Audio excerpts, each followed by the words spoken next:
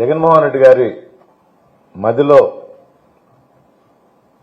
పుట్టిన ఆలోచన ప్రతి ఇంటికి ప్రభుత్వ పాలన అందజేయాలని వాలంటీర్ వ్యవస్థను పెట్టడం జరిగింది. వీరందరూ వైఎస్ఆర్ కాంగ్రెస్ పార్టీ కార్యకర్తలే. వాళ్ళకే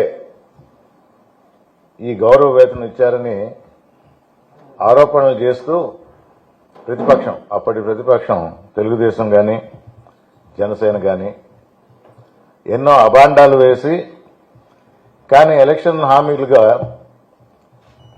5,000 గౌరవ వేతనం 10,000 చేస్తాము, ఉద్యోగం పర్మనెంట్ చేస్తామని హామీలు గుప్పించి గెలిచిన తర్వాత అసలు మీకు గుర్తింపే లేదు, ప్రభుత్వంకి మీకు సంబంధం లేదని నిర్దాక్షిణంగా 2,70,000 మందిని రోడ్డు మీద పడేయటం జరిగింది. మొన్నటికి మొన్న విజయవాడ వరదల్లో ప్రతి ఒక్కరూ ఈ వాలంటీర్ని తలుచుకున్నారు. ఎక్కడ, ఏ ఊర్లో, ఏ మండలంలో, ఏ జిల్లాలో కష్టం వచ్చినప్పుడు ప్రతి ఇంట్లో ఈ వాలంటీర్ల గురించే తలుచుకుంటున్నారు. మేము ఒప్పుకుంటున్నాం, ప్రజలకు మంచి చేసిన వీళ్ళు మా కార్యకర్తలే అని వాళ్లే ముందరికి వస్తే, గ్రాస్ రూట్ లెవెల్ వర్కర్గా, కార్యకర్తగా జగన్మోహన్ రెడ్డి గారు వాళ్ళని అక్కన చేర్చుకుందాము, దగ్గర తీసుకుందాము, ప్రజలకు మంచి చేయడానికి వారికి ఏ పదవి ఇచ్చినా, ఏ శాఖ అయినా కూడా ముందర మనం దగ్గర తీసుకోవాలని చెప్పి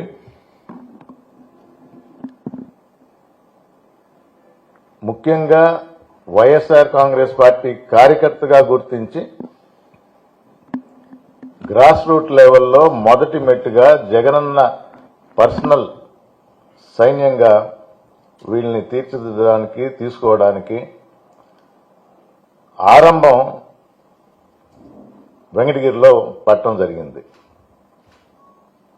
ఈ వారం రోజులుగా ఆ ప్రక్రియలో ఉన్నాం.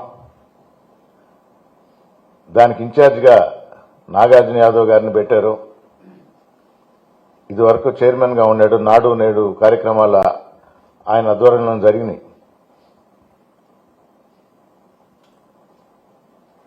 దాన్ని ఏ విధంగా తీసుకోవాలి, ఏ విధమైన అంశాలను పొందుపరచాలని మా పార్టీ విధానంలో భాగంగా వారం రోజులుగా నిన్నటితో పూర్తయింది. అంటే ఇక్కడ తెలియజేసేది ఏంటంటే, కార్యకర్తల్ని ముందర పెడుతున్నారు జగన్మోహన్ రెడ్డి. ఈసారి వారికి అండగా నిలుస్తామంటున్నారు, వారు వెంటే నడుస్తామంటున్నారు, వారు బాగోగులు చూసుకుంటామంటున్నారు. మొట్టమొదటి మెట్టుగా ఈ ప్రక్రియ వెంకటగిరిలో జరగటం జరిగింది. దానిలో భాగంగా మామూలుగా నేను ఈ 11 నెలలుగా వెంకటగిరి నియోజకవర్గంలో తిరుగుతూనే ఉన్నా, జరిగే అక్రమాలు చూస్తుండా, అన్యాయాలు వింటుండా, అడ్డు అదుపు లేకుండా కోర్టు కేసులు కాదు కదా, పోలీస్ స్టేషన్లోనే నిర్ణయాలు, తీర్పు అమలు చేయటం. మొన్నటికి మొన్న మా మున్సిపల్ చైర్పర్సన్ మీద అవిశ్వాసం తీర్మానం పెట్టడం, స్ట్రెంగ్త్ లేకపోయినా మభ్యపెట్టో భయపెట్టో అన్ని ప్రయత్నాలు చేశారు. చివరకు ఆ అవిశ్వాస తీర్మానం వీగిపోయింది. అంటే కూటమి ఓడిపోయింది.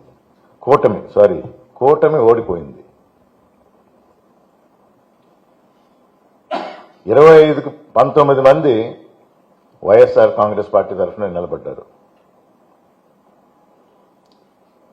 ప్రతిసారి అవినీతి గెలవదు,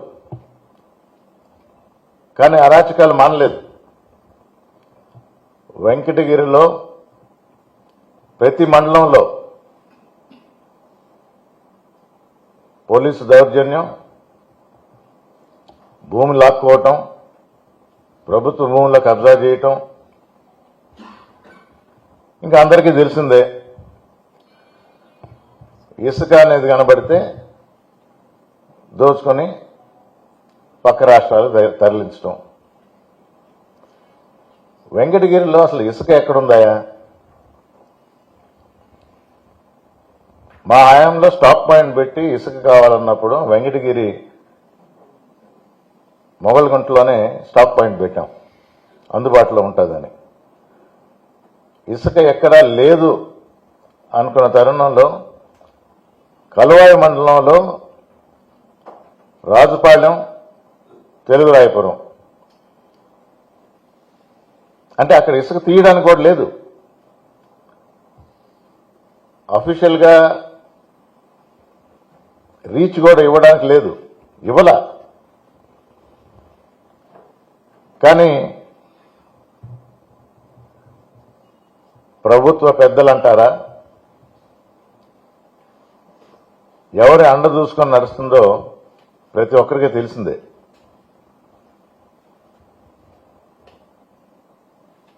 రోడ్లు వేశారు,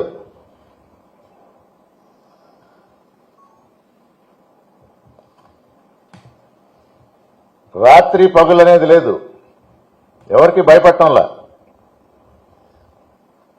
ఆఫీసర్లకు చెప్పినా అటు సైడ్ పోవటంలా, ఏదో కంటి తుడుపుగా వారానికో 10 రోజులకో ఒకసారి ఒక లారీని ఆపుతారు, ఒక ఫైన్ అంటారు, కట్టించుకుంటారో లేదో కూడా తెలియదు. కానీ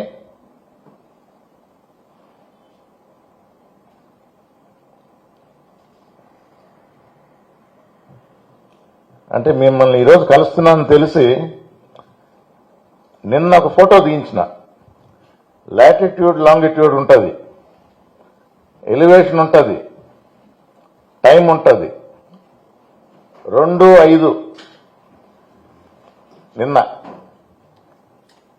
2వ తేదీ అంటే నిన్న సాయంత్రం 5:27 ఈ ఫోటో తీసాం. యథేచ్ఛగా జరుగుతుంది. ఇసుక లారీ లోడింగ్, ఇదిగో రోడ్డు వేసుకున్నారు. ఎవరికి కనబడుతుంది ఇది? ఏ ఆఫీసర్ చూడలేదు.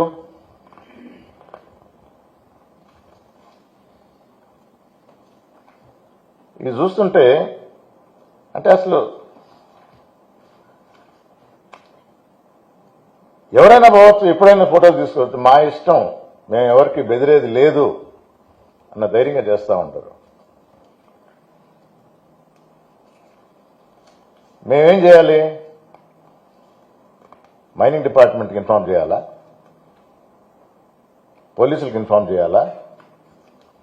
కలెక్టర్కి ఇన్ఫార్మ్ చేయాలా? ఇది మరీ ఘోరం. లోడ్ అయిన బండి రోడ్లో స్టక్ అయింది, కల్వర్ట్ దగ్గర, పేపర్లో కూడా వచ్చింది.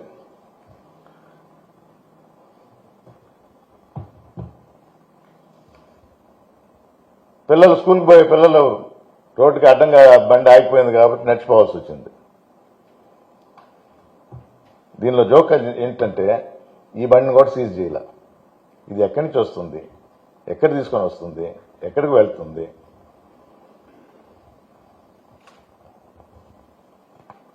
అంటే అసలు ప్రభుత్వం అనేది ఉందా? పాలన అనేది సాగుతుందా? రాజుపాలెం ఇసుక రీచ్ ఇవన్నీ ఇప్పుడు దాకా చూసిన తెలుగురాయపురం 4:26 మీకు ఇంతకు ముందర కూడా టైం చెప్పినా, గుర్తుందో లేదో. ఆ రోజు కూడా టైం చెప్పిన, వాయిదా కోసం అప్పుడు మా ఎమ్మెల్యే గారు పోయి ఉండారు కలెక్టర్ దగ్గరికి, చూడండి టైం అని చెప్పాను. 4:26 నిన్న 2వ తేదీ రాజుపాలెం ఇసుక రీచ్. ఇవి ఎందుకు చూపిస్తున్నాము? ప్రతిసారి మేము ఇక్కడ కూర్చొని మీకు ఇన్ఫర్మేషన్ ఇవ్వడానికి ఫోటోలు తీసి పెట్టడమే కాదు, మీరు ఎవరైనా కూడా వెళ్ళొచ్చు. భయపడటంలా, భయపడే దినాలు పోయినాయి. అర్ధరాత్రి కాదు, పగలపూటే చేసుకుంటున్నారు.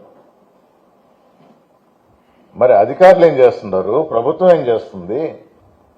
అసలు రీచ్ అనేది లేదు.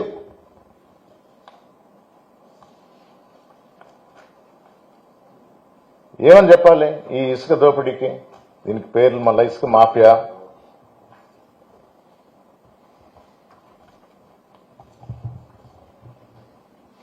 అరాచకం పరాకాష్ఠకు చేరింది. అన్యాయానికి అంతులు లేవు.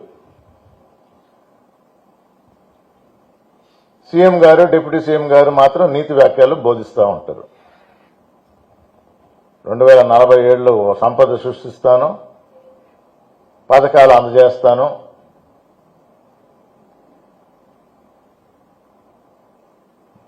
నైస్గా ఒక పదం పెట్టేసేవచ్చు. No schemes, only scams. అంతే. డబ్బులు లేవు, ఓపెన్గా ఒప్పుకున్నారు సీఎం గారు. డబ్బులు లేవు, పథకాలు ఇవ్వను, సంపద సృష్టించిన తర్వాత. మీ అందరికీ అర్థమవుతుందో లేదో? No schemes. మరి సంపద ఎట్లా సృష్టించాలా? Only scams. ఇదే, ఈ విధంగానే సృష్టిస్తున్నారు సంపద. అడ్డగోలుగా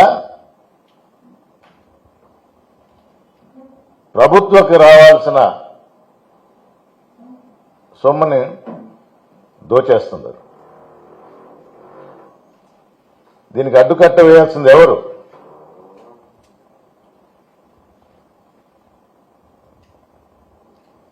అధికారులు